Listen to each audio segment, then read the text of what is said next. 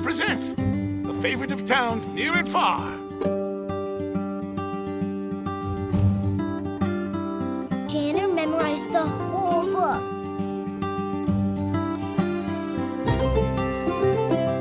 Whoa! It's so cute. Wow, this is amazing.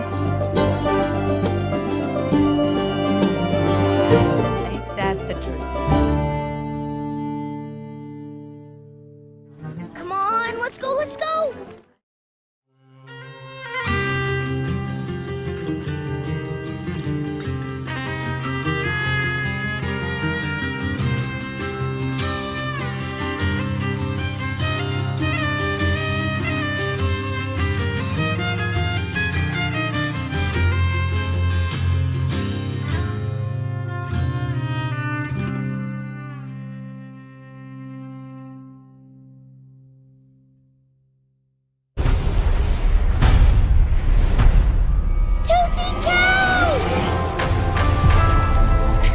He likes me.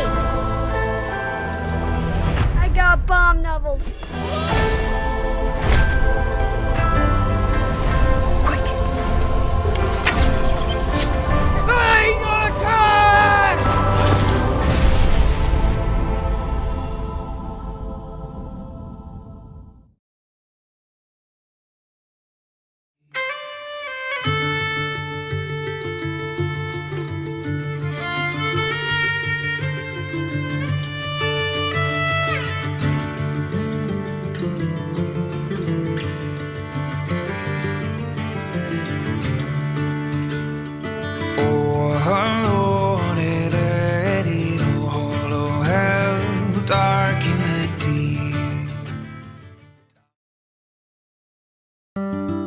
Present the favorite of towns near and far.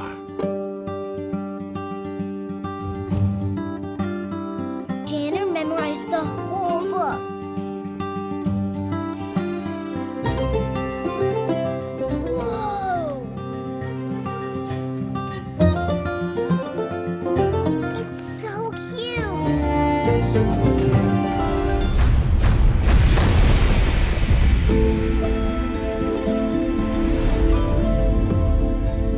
This is my family. Tink loves to take risks. Stay away from the edge. And Laylee I'm going. is always up for adventure. But we're perfectly free. As long as we do exactly what the Fangs say. 9 years ago, they came from across the dark sea of darkness during the Great War. Here in Glipwood, they didn't even fight back. But I don't remember those days, and life is pretty normal. As long as the Fangs are in a good mood, and I don't look silly in front of Sarah Cobbler, and we avoid the dangerous creatures, there's absolutely nothing to fear. I think he likes me. Except for the Black Carriage. It comes at night to take you away. No one knows where to, because no one ever comes back. They took her! We have to do something to help. Help? Forget that girl ever existed. A map? But to what? Ankle Jelly Manor. We have to find the Florid Sword. He's the only one who can get her back. Mag wants one thing, the jewels of Anira. That was close. What was close? Jenner! Lily! Tink! There must be a clue in the map.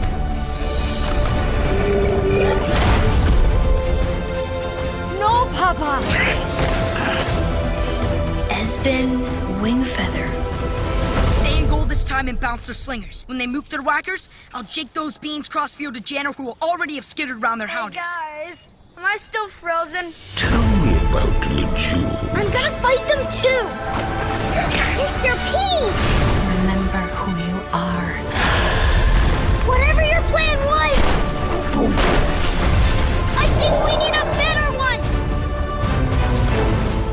Well, in the immortal last words of General Schnimp, toodles!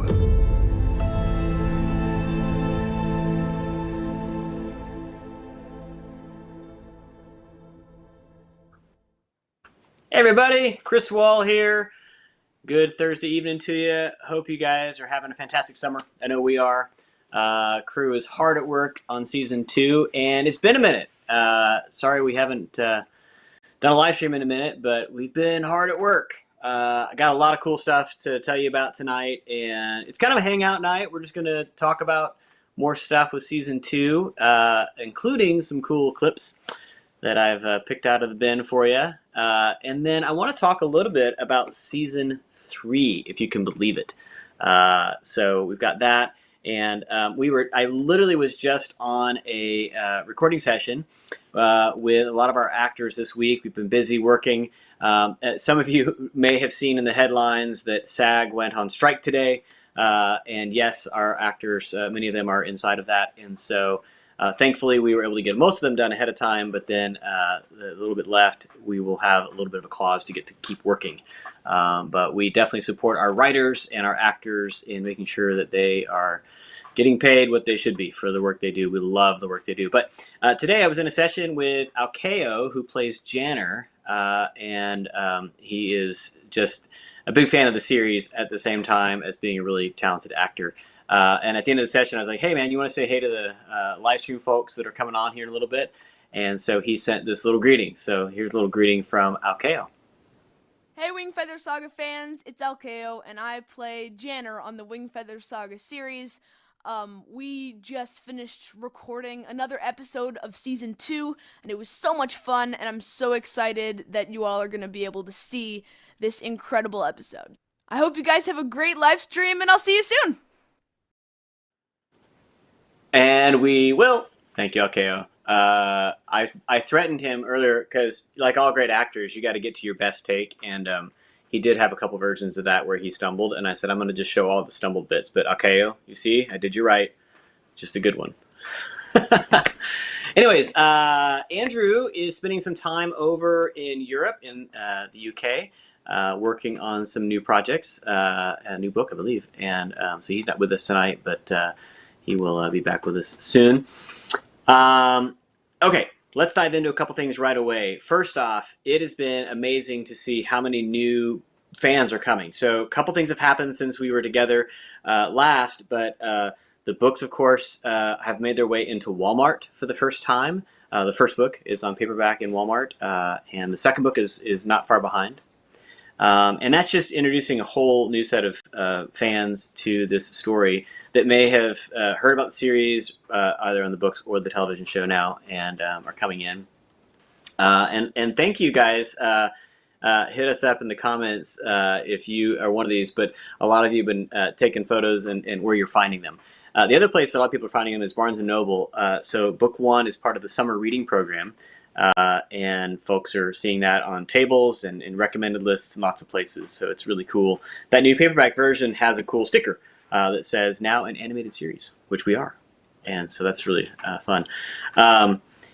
In that space, this show has always been free, right? The really cool thing, and this is part of Angel Studios' kind of approach to the market, is to say, what if the shows are free? And at the end of that experience, what if we said, hey, if you liked what you saw, support the show, and you can pay it forward, meaning you can thank the investors and the people that came underneath it to set us off by paying it forward and helping us to make more of Wingfeather Saga. So like I said, we're right in the middle of Season 2. Some of you have seen in the app, there's a little ticker at the bottom that kind of calculates how we're doing in our funding with Pay It Forward and other things. Every time you buy a t-shirt, that helps us. Every time you buy merch, that does it. But paying it forward is just exactly that. It's like, imagine if myself or Andrew or otherwise were standing outside of a theater and you walked out having watched a free movie and we said, hey, did you like it? If so, do you want to chip in? And you can help us make more of these episodes. So we've got on the ticker, you'll see that we're midway through episode 4 of Season 2. That's the funding we've got so far. And we want to keep that going. So as you've seen, some of you have been paying attention over the past couple of weeks. It's been in a lot of headlines, but Angel Studios used this same model for the new Sound of Freedom movie and had people pay it forward to say, hey, if you can't afford a movie ticket, you can pay it forward and go see that movie for free. Same thing works here. So if you want to see more episodes from us, including paying for all of season 2, then that's how it works. And so you can help us by scanning that QR code yourself. If you haven't, we'd love for you to join with us. It is how this whole thing works. So I don't mean to shake you down right as we show up for a live stream, but that's really what we're doing here. Is we make this show, we want to make it available for as many people as possible, and it's been an astonishing thing to watch the numbers go up and up and up for how many people have watched the show. And now we're saying, okay, how many of those can pay it forward? Because if it's like 10%, right, it would pay for all of season 2. If it was 50%, it would pay for season 2 and 3, right? And so it doesn't take a lot. We love the crowd. Angel Studios believes in the crowd, and we believe in you guys too. You've been the whole reason we're even here doing this show is because the crowd showed up. Over 10,000 of you invested in the show, and now people are doing the same thing with Pay It Forward. So that is a huge part of what we do, and we want to find some more ways to kind of remind you of that. And so we're working on some really fun ideas for, some funny prompts. Some of you guys may watch Dry Bar Comedy. We love it. Our family loves Dry Bar Comedy. And there's some very funny tip jar kind of pay it forward stuff that happens with those comedians. And we thought maybe we do something with our people. So if you have ideas on pay it forward that you want us to do, hit it in the comments. There's some pitched ideas about Commander Norm maybe being someone who might ask someone to pay it forward. And that could be very fun. But we'll see. Love to hear from you on that one. All right. Pay it forward is a big part of that. The other big thing that helps us to make this show is the merchandise. So shirts like this are a big part of, making this thing happen. You don't buy a shirt just because you get to show your friends, though that's really cool. Footnote, sidebar. How many of you guys have worn a Wingfeather shirt out and had someone approach you? Hit it in the comments if you have had someone approach you and said, hey, Wingfeather, I know that show. I actually had it happen to me recently, and someone said, oh, Wingfeather, yeah, we love that show. We read the books. And I was like, cool, yeah, I love the show too. And I talked about it for a bit. And eventually they figured out that I was actually the one making the show. And it was kind of a, oh, wow. So you know a little bit about it? I'm like, I know some things about the show, yeah. If you ever find me on the street or other places and you want me to, I'm really easy to get spoilers out of. So now you know. Anyway, so Wingfeather shirts and cool stuff like that. But we also have some new stuff that is coming all throughout this fall. One of those is a new hat. Now, it's a hat that I think is super cool. I don't wear it well. So I asked my son Calvin, because he wears it well. Come in here, Calvin. Check out this new Fight the Fangs. That's a good looking hat, son. Thank you. I like it. So this is one of those really nice, flat kind of with the nice structured hat. You can here go closer to the camera so you can see there. Yeah, there's Fight the Fangs, man. It's a very nice hat, right? Fits well. Mm-hmm. It's a good build. Really comfortable. Now it's got a cool detail. So Calvin, look that way. Right here by the ear. See that? It's a little secret symbol. Mm-hmm. That's right. So those hats are in the store. They're super cool. I love them. And we also got another new thing in the store that just arrived, which we're trying to make it look better here because it comes rolled. But ladies and gentlemen, it is the Season 2 poster. And it's super cool. So all the cool imagery you've seen online, but in print form. And it looks great. Here, you want to set it back there? Okay, so we're going to set it over the original Season 1 one. There you go. Oh, it actually sits nicely on there. Mm-hmm. Okay, there it is. Season 2 has arrived. These posters are now available in the store. They come rolled up, not creased, and so you can get those there. So the hat and the poster are both available. Mm-hmm. They're nice. Can I see it real quick? Mm-hmm. Sorry, don't want to show your bad hair, but yeah. It's a good hat. It's a good structure. It's got the, anytime you help us out by picking up a piece of merch, helps us to make more episodes. Honestly, it's just that simple. And we so appreciate all of you that have been supporting us in that.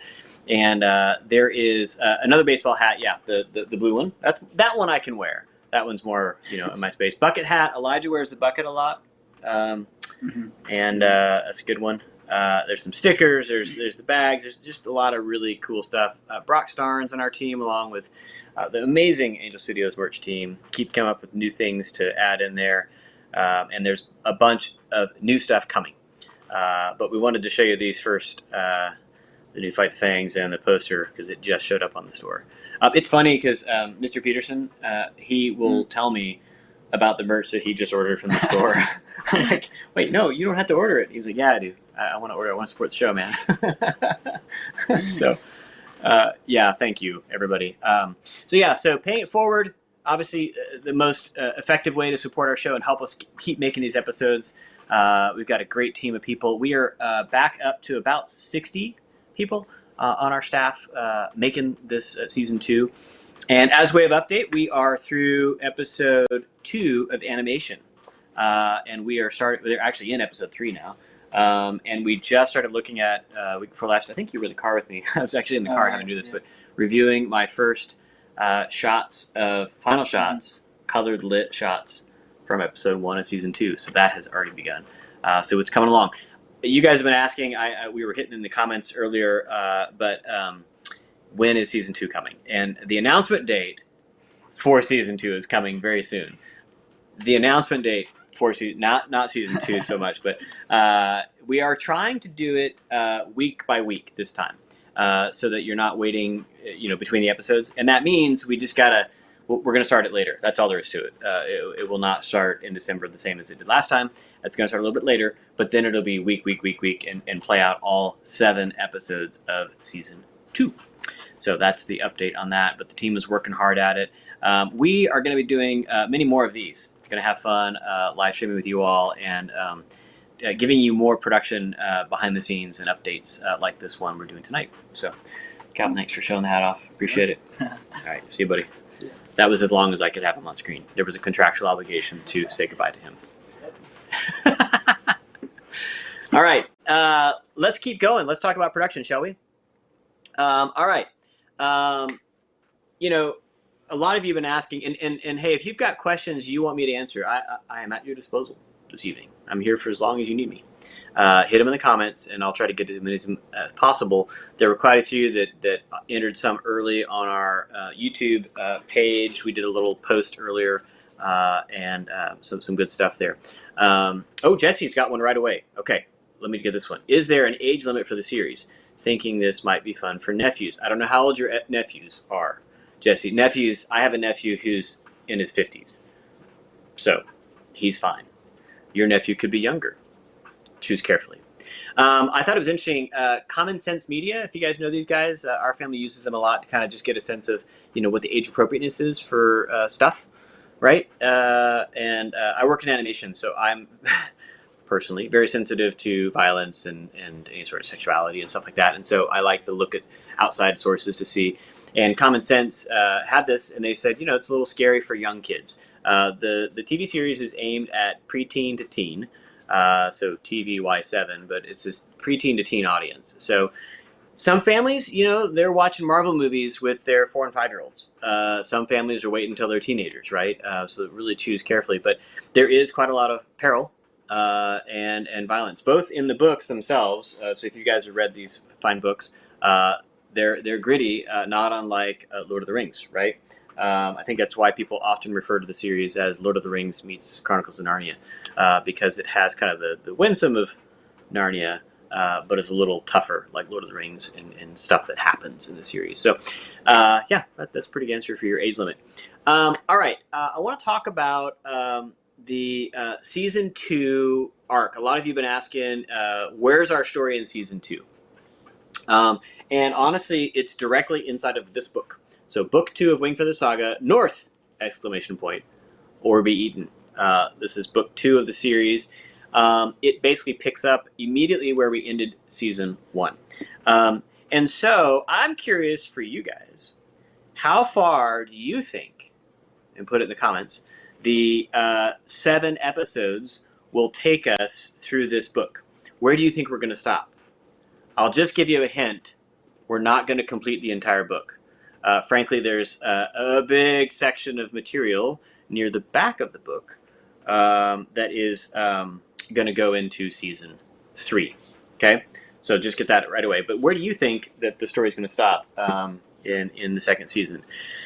A lot of you guys are interested in television shows and just kind of how they get adapted from maybe your favorite book, and then also just how it's developed. And in this, you think about the 7 episodes and how might you break it into 7, 7 kind of distinct chapters, right?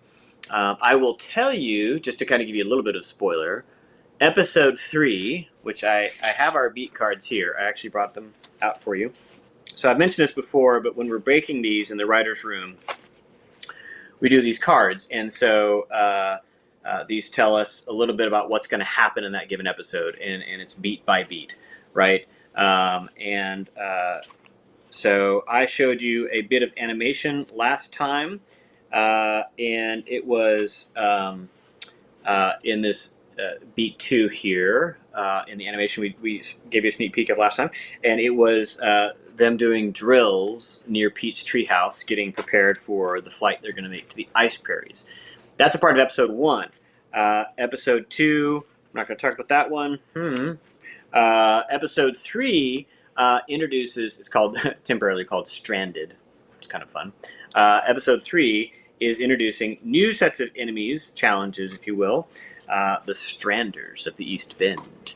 And so if the Stranders are going to happen in episode 3, and that's going to be kind of, you got to meet the Stranders and kind of deal with all that stuff, then you can start to break out what has to happen in each episode. Kind of what's the major set piece? What's the major thing that's going to happen, right? So many of you know in this book there's a location called the Fork Factory. It's a really daunting location, kind of a Dickensian, labor workhouse. And so when does the Fork Factory drop in? And maybe how many episodes is that? So that's how it gets developed. Honestly, it's figure out what the chapters need to be, where do we want to begin. And then I end up doing a guidance of, okay, opening image, where we want to start the season is here, and the ending image I want to be this, right? And maybe there's an after credits little extra something like we did in season 1. I think those are fun to do to kind of give you a little extra sauce there. But season 2, we did all the scripting, and through that process, you kind of shake it down. So you work out your outlines of here's what happens in each episode, and then you do a full screenplay, and then you do animatics. And so we've shown you guys some animatics in the past that kind of give you an idea of what the animators will need to do on top of it. They're kind of like blueprints, right? So if you sketch that out, and so those blueprints then get conformed into layout. We never really show you layout because layout just looks weird. It's where all the CG characters kind of move around like stick figures, and it's kind of hard to watch. It's fun, but hard to watch. But we then get into animation. And so we have been animating like crazy, and we have another special clip that we want to show you. This is from episode 1, again, and I'm going to show it to you, and then we're going to talk a little bit about what you think. I'm curious in the comments what you think this moment is setting up. Let's just put it that way. So this one is in animation. And so in animation, you're going to see that everything's moving and kind of active and alive, and there's very temporary sound effects in here. Very temporary sounds of efforts. Efforts are in the efforts of the and whoa. That's efforts. It's a very temporary stuff in there, so some of it doesn't fit very well. Temporary music, this kind of thing. But most importantly, all the temporary backgrounds. So the environment is very rough and kind of clay-like, and it's not the beautiful paintings that you're going to see later. But this bit of animation kind of sets up an important moment in the first episode. So we're going to play it, and then we'll talk about what this thing has for it. So check this out.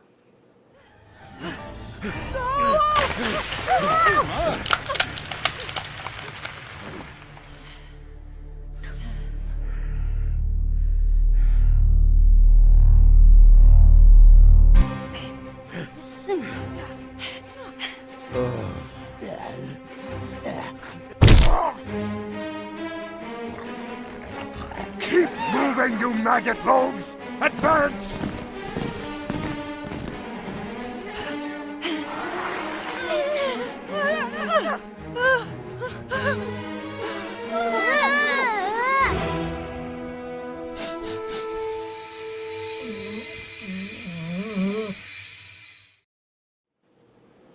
What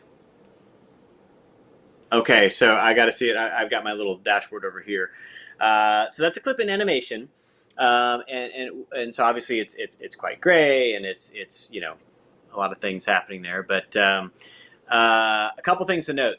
So in there, you'll have seen a Fang that was running. Okay, this is actually a really important Fang. I don't know if I can tell where exactly it is, but there was a Fang running who doesn't look like the other Fangs. He looks, frankly, like a lizard, just kind of a bit of a boring lizard. This is one of our new Lego Fangs, we call them. They're not actually Lego. But in order to have lots of Fangs, because we need some for a variety of reasons coming up very soon, we have a base Fang now that we can accent and do cool stuff to, but it lets us have lots of Fangs really fast. So, the fight at Inkle Jelly Manor in episode 6, there was a really interesting army that comes pounding. Oh, there he is, yeah. So this guy right here is our base. He will not look like that when you see the final show. He's going to get this really cool accoutrement of like helmety stuff, and then we actually have some body parts that can go on this kind of thing. So this is a really big breakthrough for us because it allows us to multiply the number of really interesting creatures we have as we get into, especially these first couple episodes. They're quite big. But okay, so I'm seeing some chats here. So the family arrives in the forest to a gully and has to slide down on this gully. And if you've read the book series, I think you know where this leads to and what's going on with Nugget when we get down there. But it's super cool. Also, I just want to point out that's Nugget with his really cool saddle. We were like, okay, they have too many bits and pieces. We have to have someplace. I know in a lot of cartoons and a lot of animation, you just take the big piece of whatever and you just whoop, and it just magically disappears. But we thought, let's go ahead and have some place they can haul some stuff. And so Nugget's got this cool set of gear that he's wearing to help them haul away as they have to flee from the Fangs who are pursuing. And yes, you got the comment. General Krat calls them maggot loaves. It was a fun one. Kellen had a kick out of that one. All right, so yep, I think you're all getting it. There's a rockroach showing up very soon, and it's very, very scary. All right, so drop in the comments. What questions do you have? I've got a couple of things I want to show you, but let's see. We got another question right away I can jump into. Oh, I had one. Okay, John says, love your animation. Thank you. Do I work together in Nashville? Most of our crew is scattered throughout the United States and the world. Like I said, about 60 of us. There's a group of, let's see, we're up to 8 of us that do get to spend time in an office most days. And here in Nashville. But then there's others that stay remote. So like even Garrett Taylor, who is right here in Franklin, has a little home office set up. And so we only see him once every couple of weeks. No, it's great. He's doing the work he does as our art director. He commands a really remote team that's kind of all over the place. But we do get together from time to time for movie nights. We love animation. A bunch of the crew went and saw the Studio Ghibli of Nausicaa the other night. Yeah, we love, and we always talk about what the latest. And I'm curious, so what have you seen lately in animated series or in features that you love? I know for our team, Puss in Boots was a big one for us last year. And this year, I think a few of them went out to see Elemental. It's gorgeous, unbelievable. And we're super excited, frankly, about Teenage Mutant Ninja Turtles. Because it has a really cool art style that's very similar to ours. We're glad to have gotten our show out first, but we think that's going to be a really big one too. Are there any new challenges that you didn't have in season 1? Yes, a couple challenges. First, way more action, water, which we've solved, and it's really cool. Water, and lots more human characters that are very different looking. And so that's one of the big challenges in building, CG assets. When we build these, we have to do that. Is there's just a lot of characters. And so that's one of the challenges. One of the other challenges, I know some people have talked about this a little bit. Oh, I totally blew past this. I'm so sorry. Yes, we've all seen Spider-Verse multiple times. We study it like film history. Yeah, it was our opening night for Spider-Verse 2. And man. And it's so interesting, folks, because when we were showing Wingfeather Saga, the short film back in the day and trying to pitch the show, all the studios were like, yeah, we want the Pixar look.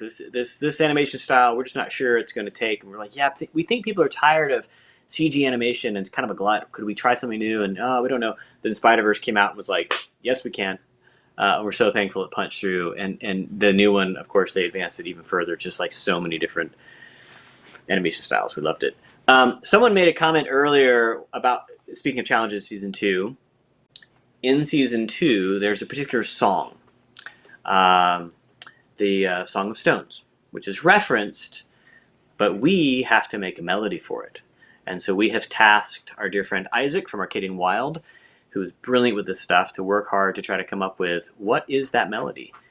This is not unlike the melody from Little Mermaid, my favorite animated feature, when she is singing her little aria with Ursula. It's wordless, but it's a melody, and it's a melody that has to be able to be sung for dark reasons and has to be able to be sung for positive reasons. And so it's complicated, and it also has to be, Isaac was messaging me this week, does it have to be sung by the actors, meaning how hard can I make this vocally? And yes, the actors have to be able to, a couple of them anyways. So yeah, that's one of the big challenges in Season 2, is some of the soundscape. In addition to that, of course, we've got new lands, and we want to have a different soundscape for the new lands that we're into. We had Glipwood. It was wonderful, and everything we need to set up in Season 1, but now Season 2 is about taking that forward. What news, and I would expect the Stranders of the East Bend to have a different kind of sound signature, and so we've been playing around with what that needs to be. So that's one of them. So cool. What are the questions you got? I got so many answers for you. Would you ever consider doing how to draw videos, or maybe as a perk for Piff? Yeah, here's the thing. Thank you. Two things I want to say about that. One, I love doing perks. Like, hey, if you pay it forward, you can get your name in the credits. That's true, and that's so amazing. But I hate like putting things behind a paywall as well. Like when the show is free, so I personally, my partners in other studios, we go round and round about this. I love how to draw videos. I used to produce all the how to draw videos for VeggieTales when I was there, before I started producing the movies, and they're just so entertaining. Just learning from an artist, and some of the artists have actually asked me, hey, can we do some behind the scenes stuff together? So that may happen. I don't know about specifically draw stuff, but maybe how to paint, because we got some brilliant people on our staff that do that too. So yeah, great. All right, what's your next question? And then I have something else I want to show you. Okay, will you ever make Maggoty loaf for us? Like right here? Like just make it and then here it is? Probably not. But you can make some. I've seen some of you guys do some really cool recipes where the maggot loaf involves like some gummy worms and safe to eat things. It's pretty fantastic. So. Okay, I want to talk about something else. So in Season 2, one of the tasks we have is creating the visual map of what it's going to feel like and look like. So those are always entwined. And so what we do is we create a color script. And so we have now completed the color script for all 7 episodes. And I want to show you a little bit of this. And so let's pull up one of the first panels. I think our team has got that set up. Yeah, there we go. Here we are. So the start, I'm just showing you, this is basically the start of Season 2, Episode 1, is reminding us Glipwood. Glipwood is not in good shape. Okay, it is in bad shape. It has been besieged by Fangs. So what I want to pay attention to here is this is an image that is familiar for people who saw Season 1, but it's hazier, right? It's got the smoke in there. It's a more kind of dangerous space, and so this gives you a tone. Let's go to that second image, guys, if we can. Oh man, Zuzab, looking awesome. We all know from Season 1, Zuzab turns out to be a traitor. What nefarious deeds is he into here?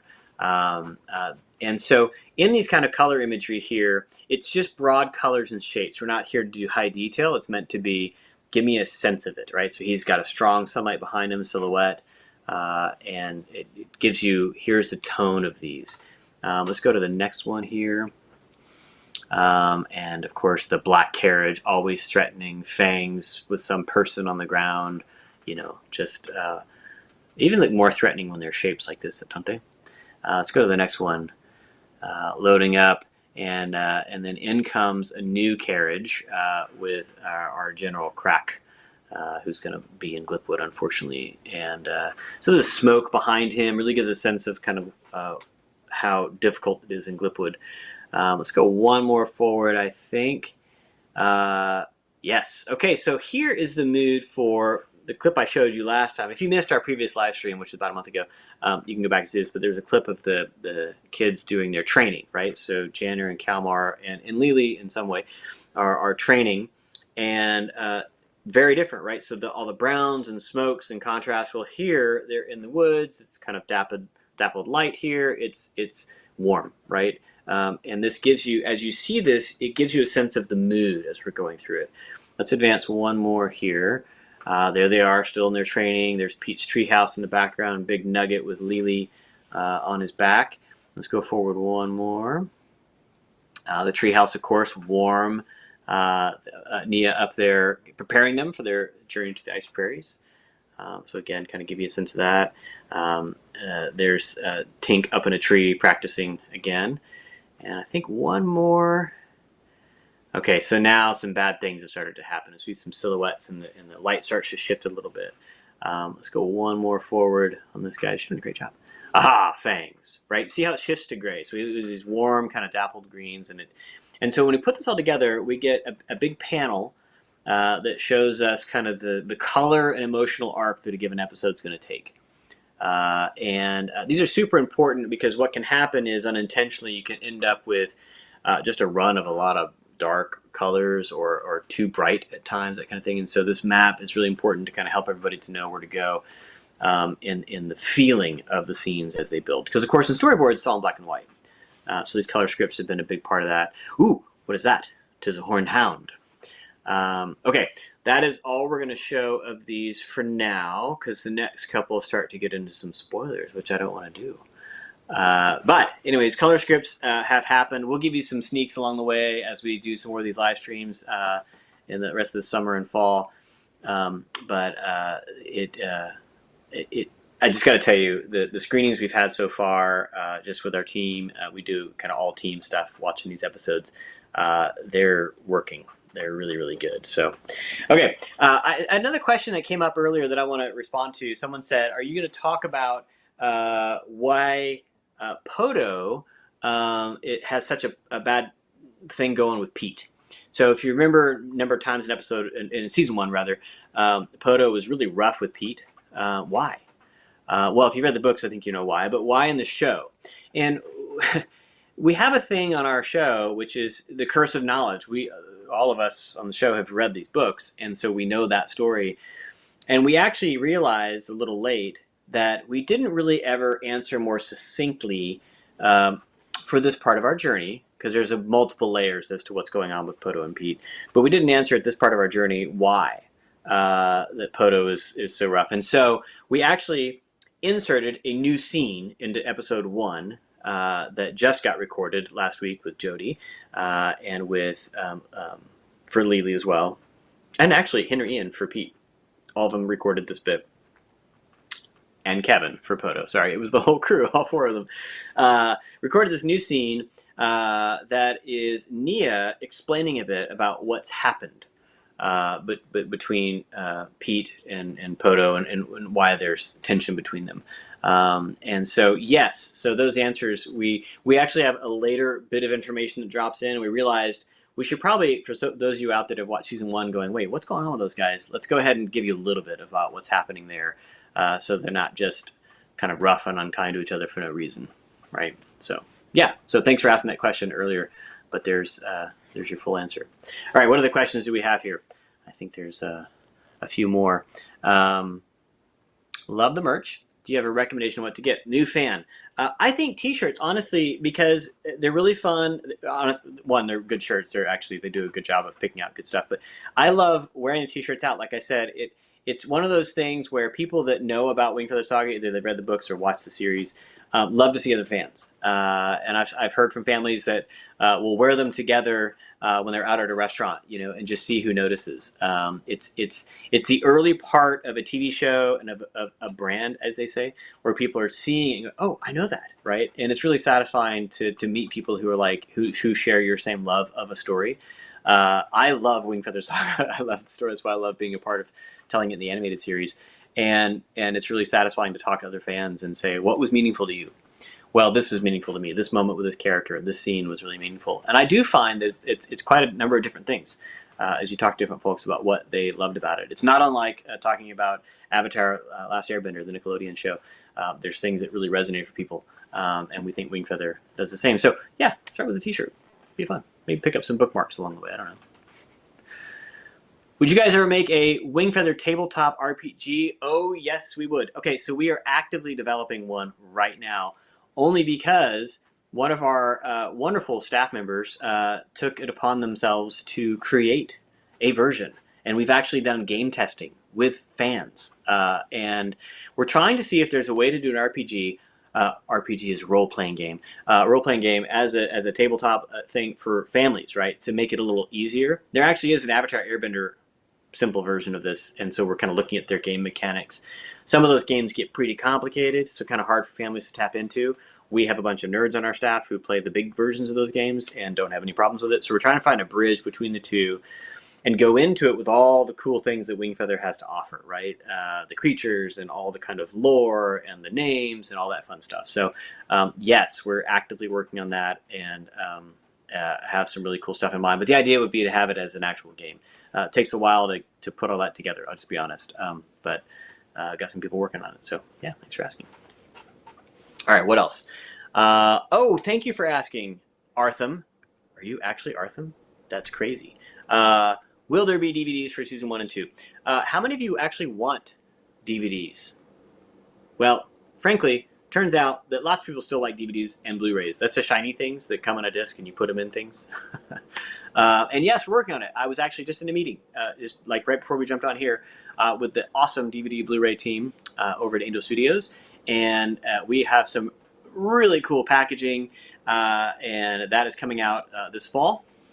And this first version is going to be a DVD and Blu-ray in one thing. Super cool.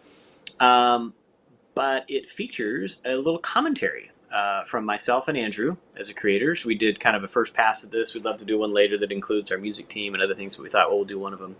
And we actually did it as a video version as well. And just, it's like if we sat together, all of us watching the episodes, what would we say about the episodes, watching them with you? And it was kind of that commentary. And I love good commentaries, like when they're done well. And I'll just tell you, we worked pretty hard at this, like actually like scripted out, like, hey, don't forget to talk about this, because sometimes when you're watching, if you ever have a chance to do this, you just kind of you just start watching the show and you forget you're supposed to be talking. But yeah, so we get to film that and record it for the audio portion. So that will be available as part of that DVD Blu-ray when it comes out this fall. So yeah, we're working on it. And in fact, actually, it's probably going to have a real opportunity to be out there with the books because both are kind of retail stuff. So very cool. All right, what else we got here? And they will have all kinds of languages and all kinds of fun stuff too. My sister wants to know what your favorite location in Aerwiar is. Thank you, Jessica. My favorite location, Pete's Treehouse is probably my favorite location. Yeah, it just has all the sky roads, as Lily calls them, but all the, the ability to walk among the trees, and that just is all kinds of childhood imaginations feeding. I'm curious, what's your favorite location out there, everybody? That's definitely mine. So yeah. All right, what's another question here? Jacob says, got here in time. I promise I'll buy a hat when I can. Question, do you voice someone in the show? I do voice a number of characters in the show, a little bit. I voice all the characters to start off. So I will do all the scratch for all the characters. I do a pretty embarrassing Poto.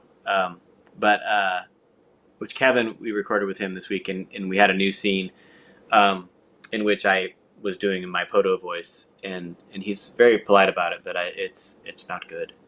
He's way better. But I do have some of the characters that will stay behind and be part of the show. I love finding other actors that can play in it. But in season 1, a couple Fangs. See if you can pick me out. See if you can find me. Figure out where my voice is.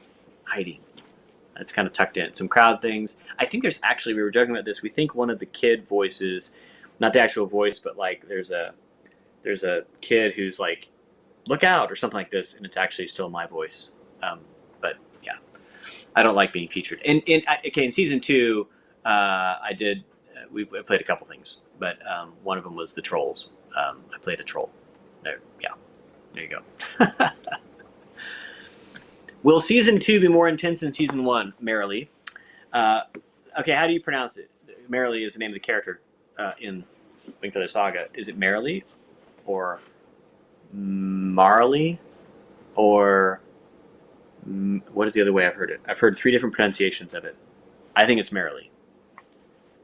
Yeah, season 1 was really about setting up kind of the story world and kind of the stakes that the family is going to face.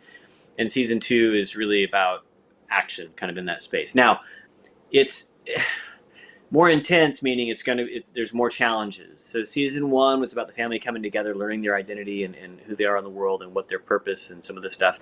Season 2 is really putting pressure on and kind of breaking up and seeing how they do on their own. And choices will be made that are difficult, that are not great. And there's real peril in the world. And ultimately, characters will have sacrifices. So some of that is in season 2, some is later in season 3. But yeah, the word intense is kind of broad, but yes. Though, not as intense maybe as the book.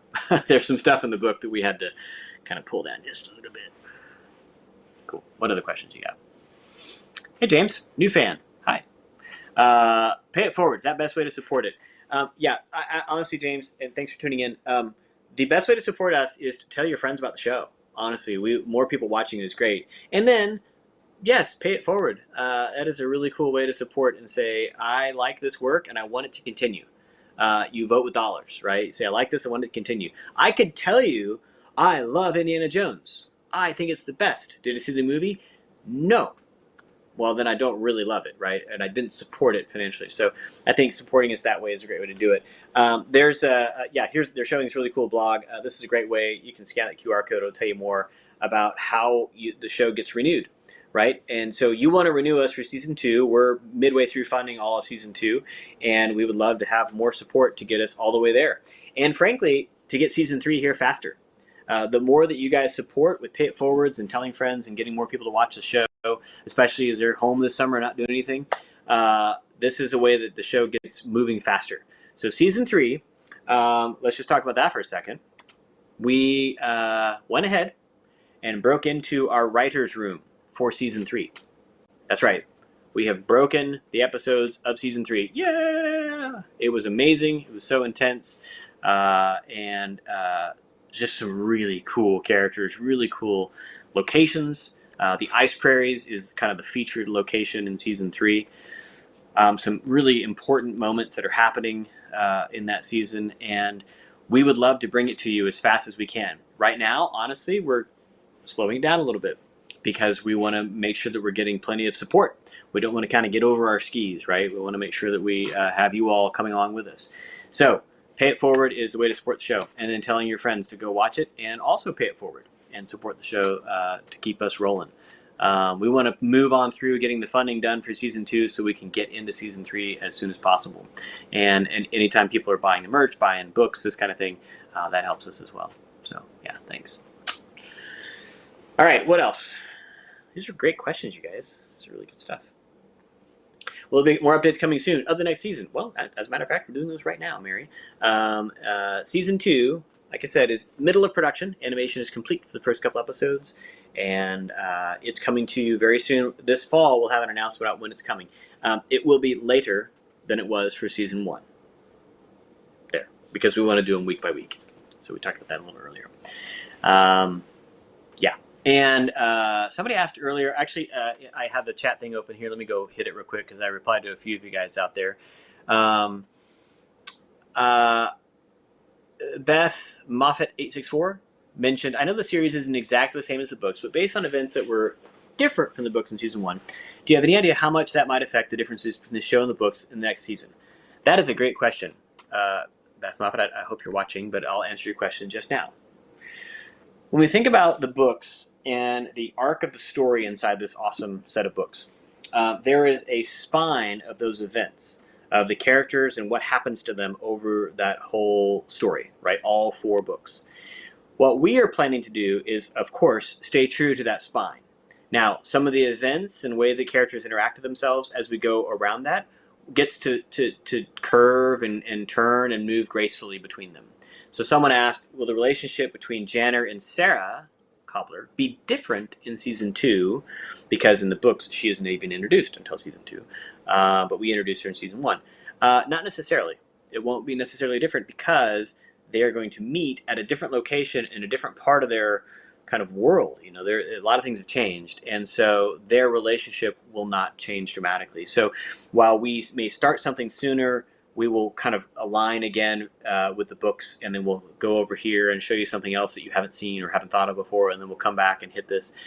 We actually were, in the session with Alkeo today, with Janner, we had a set of dialogue, and I was actually cracking the book open because we were checking a phrase. And then we realized, oh, we could just say the literal line from the book in this spot. And we do that, the writers and I do that often. We'll pull, just right out of the book exactly how it went down. And there's other places where we need to kind of condense or kind of give you more detail because Andrew, the author, has told it in the book, but we have to give it to you visually. So those variables will change. But you're going to find, hopefully you all felt this in season 1. Season 1, you're like, whoa, this is very different than it was in the book. Oh, now it's the same. Whoa, it got different again. Whoa, now it's the same, right? And this idea that we're kind of converging and coming back apart. I hope that makes sense, but that's certainly our intent. I think you're going to see in season 2 more stuff that's, kind of as it was directly in the books, including bits of dialogue and that kind of thing. Okay, what other questions are there for you? Any others there? What's the main story theme for Wingfeather Jones? I think people take away different things from this story. For me personally, I feel like it's a story that is deeply rooted in identity. Who am I in the world? Isn't that like a common theme, right? Luke Skywalker asks that at the beginning of Star Wars. Who am I? Like, am I just here on this farm with my aunt and uncle? What is there a bigger world that I'm a part of? This is kind of a classic hero's journey question. And the answers to those questions are complicated and difficult, honestly, in Wingfeather. And the way in which Andrew wrote the books and takes us through those, first, it's a question of identity. Spoiler if you haven't seen season 1, but the question of identity is, who are these children? The Igiby kids, who are they? Oh, they're the Wingfeather kids. They're the heirs to the throne of Aerwiar in the world of Aerwiar. And they have some purpose to fulfill. Well, what is that purpose? And how will it be fulfilled? Well, right now in our story, as we're in the middle of having finished season 1 and starting season 2, Aerwiar is burned to the ground. It is ash. So they're king and queen of what exactly? And does that matter in the world? Again, so this identity question comes up, and so I've just told you, you're the king of Aerwiar, you're the throne warden of Aerwiar. What does that mean on a Tuesday in a treehouse in the woods?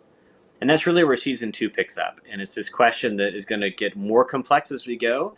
It's going to have questions of identity for lots of characters throughout the series, frankly. And some of those answers are really tough.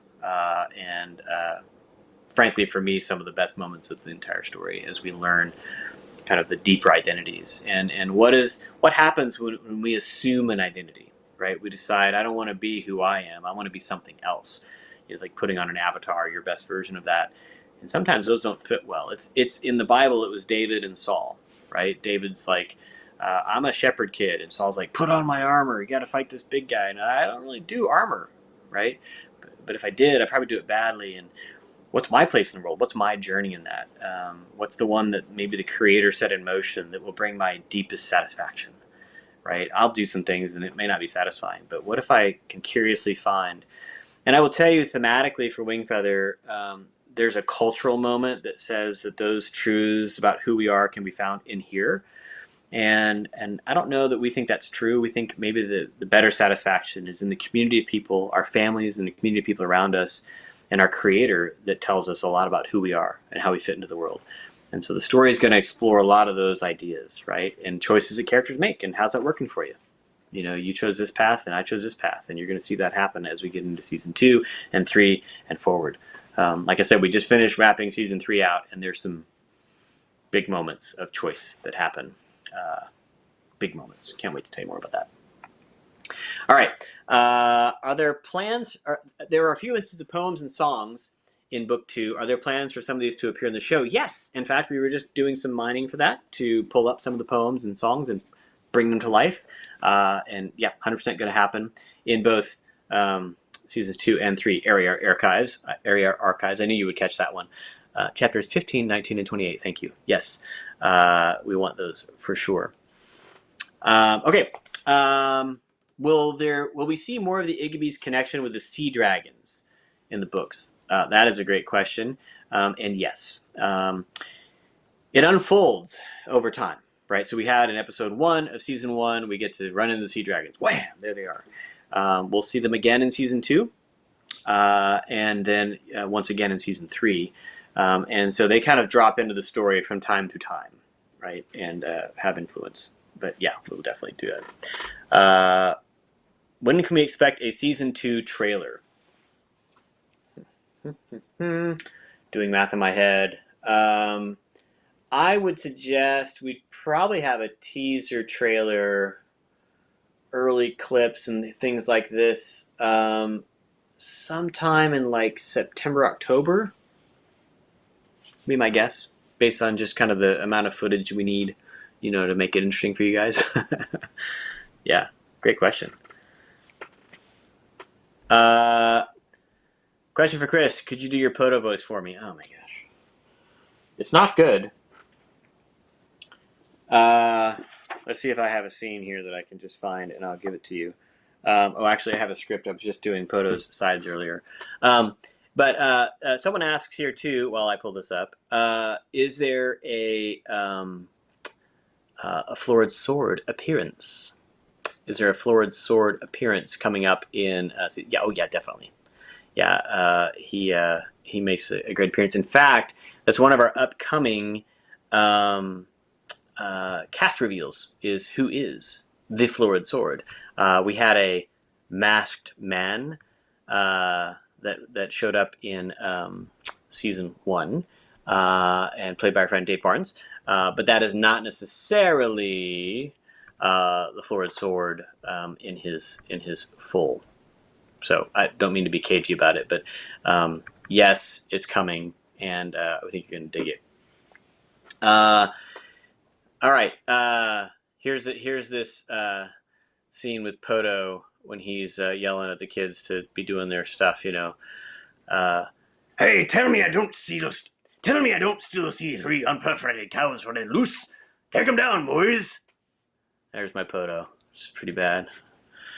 So it isn't great. It doesn't sound like Kevin at all. But here's what I'll tell you about that. What it does do is, for you voice actors out there in the world, it emotionally tells you where that scene is going to go, right? So the reason I voice all the characters to start is to kind of put them in the right spot so that everybody knows, that's where this needs to go, right? And Janner's going to remark, yeah, Pembroke says those things can bite even when their heads are cut off. And then Oscar's going to come in here and say, in the words of Ubanus Wound, run, Igibys, if you're out there, they're coming. And again, emotionally it gets us in the right spot. Does Andrew do that voice a lot better? Yeah, he does. But it helps us to kind of know where they need to go. So, yeah, I end up getting to do all those voices, and it's super fun. Somebody asked this question in here, Kalmar Lowell 04. Are we going to see a certain type of Fang before the season's over? Season 2, he means. Yes. Yes, we are. That's all I'm going to say. Okay. Yeah. Okay. What other questions do you guys have? Any more? We're just about wrapped out of time here. Will there be more new plushies in the store? Yes, we love plushies. We have plans for lots of fun ones. I think we talked about that, but we have a Nugget plushie that's coming. It's coming a little slower than we were hoping, but it's on its way. And then we also have a Squeeblin that we've been working on. Yep, that's right, Squeeblin. And then I have on my desk at our office, I'm at my other home office, but at my other office, I have a sample of a Toothy Cow plush. Oh man, it's awesome. So yeah, we want to make some more of those. They take a long time, y'all, to get these and to get them right. So they're coming, but there'll be some more. Yeah, but there is, like I said earlier, there's the really cool Fight the Fangs hat and a new poster. Cool. What are the questions you got? I saw one. Is Mig Landers going to make an appearance? Of course. And he's awesome. And I can't wait for you to hear that guy's voice. He's really good. Yep. Cool. Any other questions? I think we got through most of them. Oh gosh, there was a question about the soundtrack. Yes. So sorry. That's just been delayed by a lot of paperwork. Nothing interesting. But unfortunately, there was some contracts that needed to be done with some other distributors. We decided to distribute it differently with Angel Studios and a partner, and so it's been stuck in that. But it will come back to Apple Music, Spotify, and all the other platforms, hopefully very soon, within the next couple of weeks. I was hoping tonight to get to announce that the soundtrack was back live again, but we not quite ready. So yes, the soundtrack, you're not missing it. It's coming. Johnny asks, will read the books or watch the series first? I don't know. What do you guys think? Read the books or watch the series? My comment. I'm asked this frequently. I actually have people ask a lot. My comment on it is they're different experiences. They're separate experiences. I think you can watch the series and then go read the books and go have a fresh experience, and vice versa. So. I don't know if any one is, better than the other, but I'm sure you guys have a different opinion there. Will Janner's jealousy towards Tink in the book be built on in the show? Well, I would just question whether I like that you think it's jealousy. I don't know that jealousy is the primary motive there. I think they're on different paths, but I don't know if it's jealousy. I think there's some other things going on inside of Janner's selfishness. Andrew has talked a lot about that the presiding theme for Janner is one of selfishness. That's kind of a thing he's got to work out, being able to be a throne warden and serve his brother and his family. Andrea's audiobooks 3510. Will any updates be made to explain where Janner heard Arthur and P. Wingfeather? Tink didn't read anything Arthur and Wingfeather.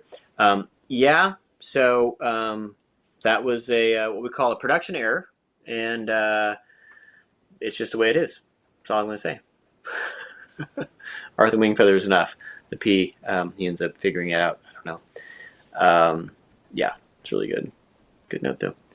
All right, any other questions here? We're just about out of time.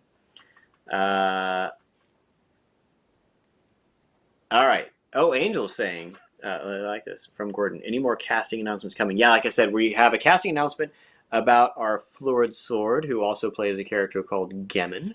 So we have that casting announcement coming up very soon. We're not ready to do that just yet.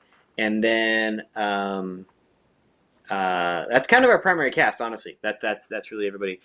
Somebody has asked about, do we have any more crowd opportunities for people to be a part of the show? And there's only a few slots for some of our kind of crowd and extra and kids in particular. And we have reached out to a number of those folks who auditioned with us during the last round and invited a couple of them in to audition again. And so we've had some back and forth with them. It may not have been you. Sorry about that. But we do have some kids coming in that will be a part of our Fork Factory. Yeah. Last note, and then we'll wrap it here. But there's an interesting thing that we came to a few weeks ago. Well, I came to anyways. I'm late on this, but and it is there are ideas and characters and things that are set up in a TV show that kind of have their own life that is different from the books. And so there are characters even that we've met in season 1 that we were like, man, it'd be really cool to run into those characters in season 2, or maybe it's season 3, that we just loved, right? That Ferenia and her flower shop, she's really cool, and like, where could she come back into the story? And I know in the books, she doesn't necessarily make an appearance, but could we make an appearance in the show? And so there's a lot of these that we're kind of working through and looping back into and saying, it'd be really fun to have this character show up again, just because it'd be interesting, right? And maybe in season 2, but certainly in season 3, right? And for a variety of reasons, we've been able to kind of pull some of that together. And we can't wait to show you that stuff. But Sophie says, none of my questions were answered. Sophie, what happened? Okay, let's see. I'm going to scroll through. I'm going to find one of Sophie's questions here. And we're going to answer it, Sophie. Scroll. Good question, she says. All right, team, do we have one from Sophie? Because she's on here a lot. Sophie, in season 1, Janner didn't really seem selfish. Will you build on that part of his character arc in season 2? Oh, thank you, Sophie. You were just chewing up. Thank you, Sophie. Yes. It's a delicate balance of his selfishness. If you think about where he's going into, the Fork Factory, how do you build in some selfishness there? Because he's frankly going to do some things that are selfless. But yes, it comes into play, beginnings of that. It's kind of a back and forth. I think Janner's selfishness for me doesn't really come up big time until book 3. That's where it really starts to rear its ugly head. Cool. Awesome. Well, man, these are some great questions. Thanks, y'all, for jumping in with us. Really enjoyed getting to hang out with you tonight. We will be doing more of these. And in the meantime, y'all, we really appreciate your support. Please get out there and help us make the rest of season 2. We want to crank through this, and honestly, we want to get going into season 3 harder. Like I said, we're kind of slightly moving that through, and we really appreciate your support. Tell your friends about the show, and sometimes it takes a few mentions, right? When you hear about a show, hey, have you watched this yet? No, I haven't done it yet. Come on, go watch it. The show is out there, and then tell them if you like the show, support the show. Don't just consume it and walk away. It's kind of rude. Watch the show, support it, pay it forward, or go pick up some merch, buy a T-shirt, that kind of thing. All that is helping us to do it. And thank you everybody that's jumped in and done that so far. It's been tremendous to see that. And then the other thing I'll tell you that you can help us with is continue to offer reviews. So you can go out there to IMDb and offer a review. Common Sense Media has a review place, Rotten Tomatoes. Offer your review. Tell people what you really think, what you experienced. It means a lot. And then, of course, in the Angel Studios app, you can record your own little video and tell people what you think. We've had some of our crew do that. Some of our actors have done it. Where they pop in and say, hey, I love this show because it meant this to me. And go support it, right? So there's all kinds of ways that you can continue to tell us about what you're experiencing. We'd love to see it. And you'll see us out there. I tend to hover around, and Andrew does, in the chats and connect with you guys. But keep sending us questions and comments. We love to read them. It means a lot. All right. Hope you all have a great rest of your Thursday evening. Thanks for taking some time to be with us, and we will see you very soon. Take care. Toothy cow!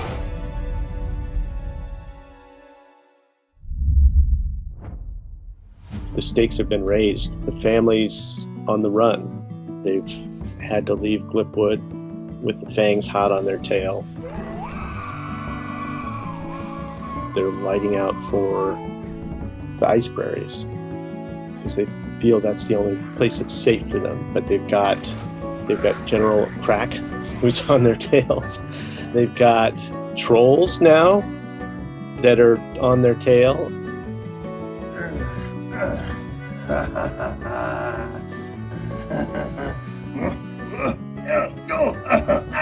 He's just trying to track down that family because they seem to know something about the Jewels of Anira. Fortunately, he doesn't yet know they are the Jewels of Anira. The Jewels of Anira. But he's been given orders from the Stonekeeper to bring them in alive.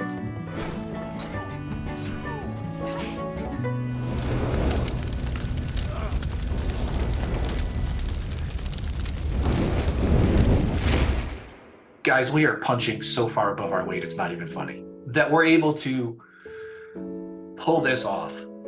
It's fantastic. Couldn't be prouder. Episode 6 is like the peak of our powers. Imagine an entire season as good as episode 6.